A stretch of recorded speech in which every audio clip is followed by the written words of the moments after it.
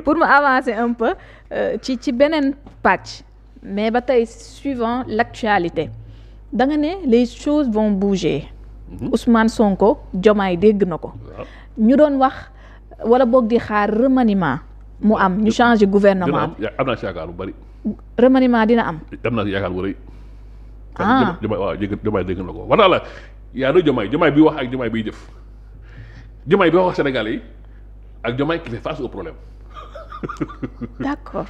ñaari Diomaye yu am Diomaye ba léegi il a dit ce qu'il fallait dire. puis il va faire ce qu'il faut faire.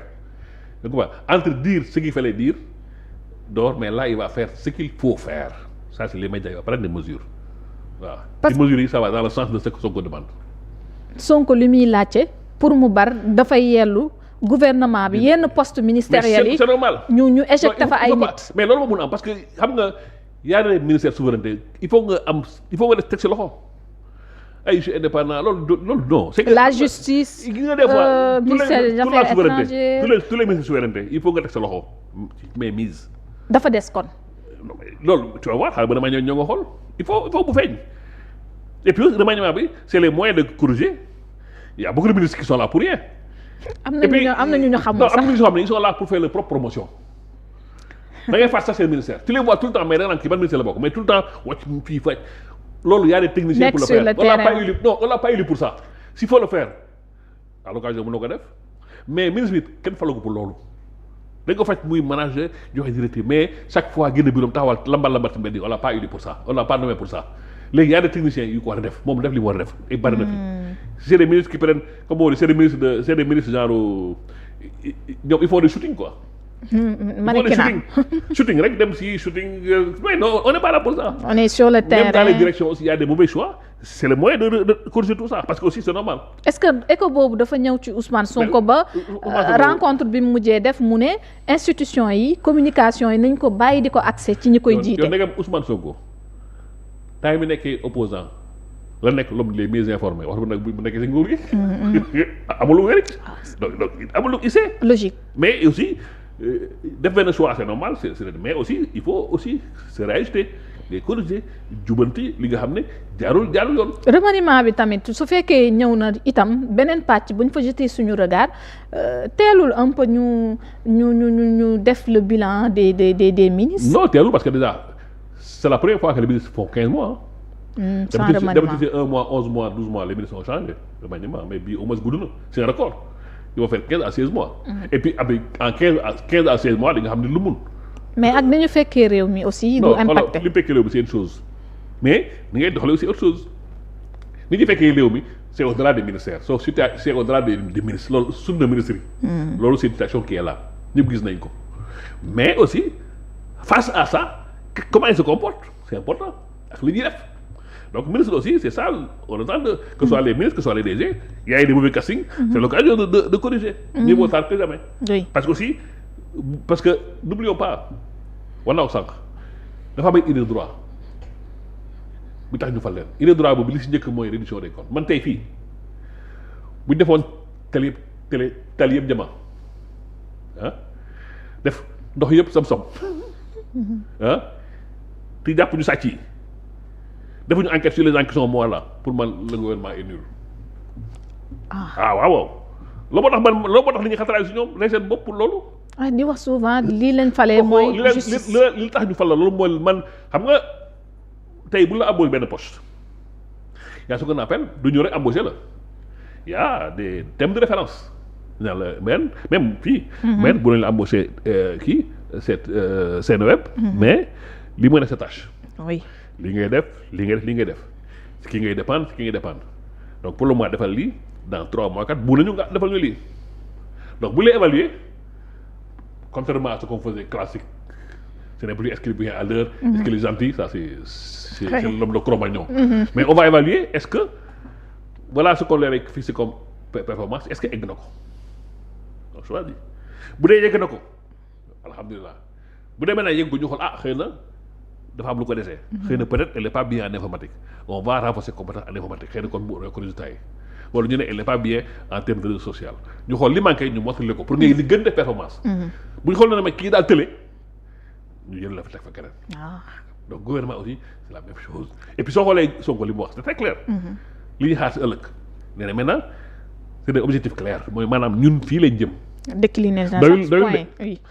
ba pare on va mettre des indicateurs mooy boo doxee ba si yàgg lay woon ne yaa ngi si yoon bi wala yaa ngi saaraan yoo xam ne di nga ko mesurer et di ko évaluer régulièrement et puis évaluation bi du pour ay oui non c'est pour prendre les mesures correctives même s'il le faut des sanctions qu'il faut li ma c'est très clair. li la ñuy def nii lañ koy defee. nii lañ koy nattee fii lañ jëm tempo bii c'est très clair ce qu'elle a dégagé dans les 8 axes là yi mu joxe. dafa leer. léegi nag il faut que chaque ministre wala chaque DG nga am compétence pour topp rythme bi. kon avant fin année bi mun nañu jàpp ni. fin année ban. bii il nous reste quelques mois. man may jot ay fii ay quelques jours nga ne. dans quelques jours mbir yi mën na. man loolu la jot. waaw du mën a seet kat mais bon xam nga ni analyse quand on regarde les choses mais man pour man parce que Diomaye aussi foog mu jox signal Diomaye xam ne ne gars yi mer nañu. yëg na mer bi. doxul parce que gis nga déjà message yi. c'est réseau moom mais il a parlé comme il fallait parler maintenant quand il va agir peut-être les gens vont dire kii kat dégg nañu. d'accord léegi doyen dafa am coow li tam li ci jugee tamit bokk na si. L'affaire Badara Gadiaga, Ousmane Sonko et sa relation avec la presse.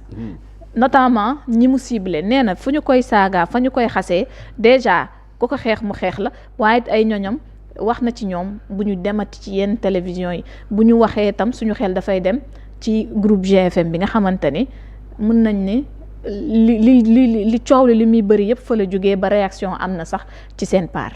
te bala may tontu loolu mbaal sànq juñu naa ko. oui li naan Sonko mooy Diomaye. Diomaye mooy Sonko. am na benn gis-gis bu ñuy def.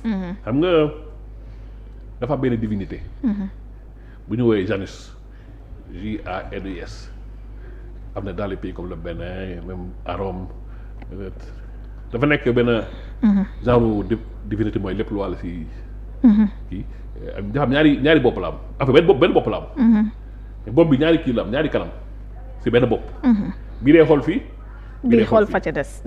moo tax man du ma ne maa ngi si bind benn livre si loolu léegi mu génn man du ma ne Diomaye mooy Sonko Diomaye man dama naan Jonko maanaam. Jonko Diomaye ak Sonko. Diomaye ak Sonko Jonko. parce que benn bopp la mooy Janus mais dafa am ñaari xoolukaay léegi mooy reflété Sonko ak Diomaye c'est-à-dire apparemment ku ne di ngay xool. mais xool boobu question de vision la perspective en fonction ku nekk sa tempérament ak ni ñu koy doxalee mais xool boobu kii xool fii kii xool fii. du méngoo divergence day méngoo benn complémentarité kii lu manqué kii mun na ko te tey soo xoolee pourquoi mu am heure boobu. Sonko wax ñaari yoon. parce que Sonko li muy représenté mooy un passé combatif et batailleur ba léegi lu muy incarné côté bi Diomaye il incarne l'institution mooy li ma la wax ni mooy comportement. un passé batailleur ak institution apparemment ça pose problème. pour mën leen kii. mais complémentarité boobu mooy tax ñu mën a lever contradiction yi ku nekk am nga sa force. ku nekk am sa faiblesse. léegi force kii si la kii di enrichir. force kële si la kële di bon. jëlee dara dama ko tënk nii rek. parce que waaw. mais man bu loolu ñuy wax le phénomène de Janus. mais c'est-à-dire que dafa am lu ñu bàyyi nekk si lu bees. c'est-à-dire que face à la réalité de la rue on est maintenant face à l'État. Les choses ont changé. C'est plus les réalités. Maintenant c'est plus des hashtags, c'est plus des tweets, maintenant c'est des décrets, c'est des lois. Donc loolu moo tax léegi souvent day am transition. Dans tous les régimes yu mel ni comme Sénégal comme ak Jonko. yu mel ni Jonko. Jonko day wax Jonko mais après ku bind na dafay droit d'auteur. bu leen jël Jonko bi. waaw léegi tous les pays là soo xoolee même Chavez il a connu ça. En Tunisie ils ont connu ce problème là chaque fois bu ñu yeggee pouvoir dañu am problème. pour traverser boobu phase. parce que li woon démb. ak tey opposant c'est plus confortable. mais au pouvoir il y a réalité qui est là qui n'attend pas. Il y a la dette.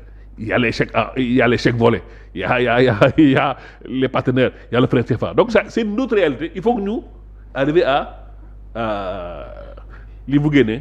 dinañ gis élément yooyu ci biir alors léegi maintenant pour revenir aux médias. waaw c'est-à-dire que pour man li am fii Sénégal. c'est la conséquence d'une situation. C'est quelle situation? L'absence de régulation.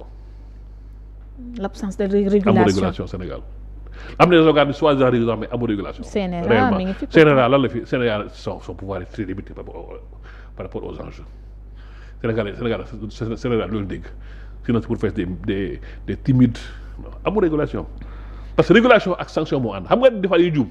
ñaan wooye dans les pays démocratiques les journalistes on les contrôle pas c'est pas vrai récemment en France. France il y avait CSA est-ce que moo ko remplacé il y a 4 journalistes ñuy suspendre parce qu'ils ont fait un communiqué pour défendre un parti. Un communiqué pour défendre un parti ñu suspendre leen. ñu suspendre parce que le travail du journaliste c'est pas de c'est d'informer. Oui. Collecte traitement on les a suspendus dans bu nga jël bu la jox exemple yu bari si le temps le permettait dans où des journalistes ont été suspendus ou des organes ont été pénalisés financièrement ou des animateurs ou des chroniqueurs su ma nee chroniqueur c'est pas non chroniqueur là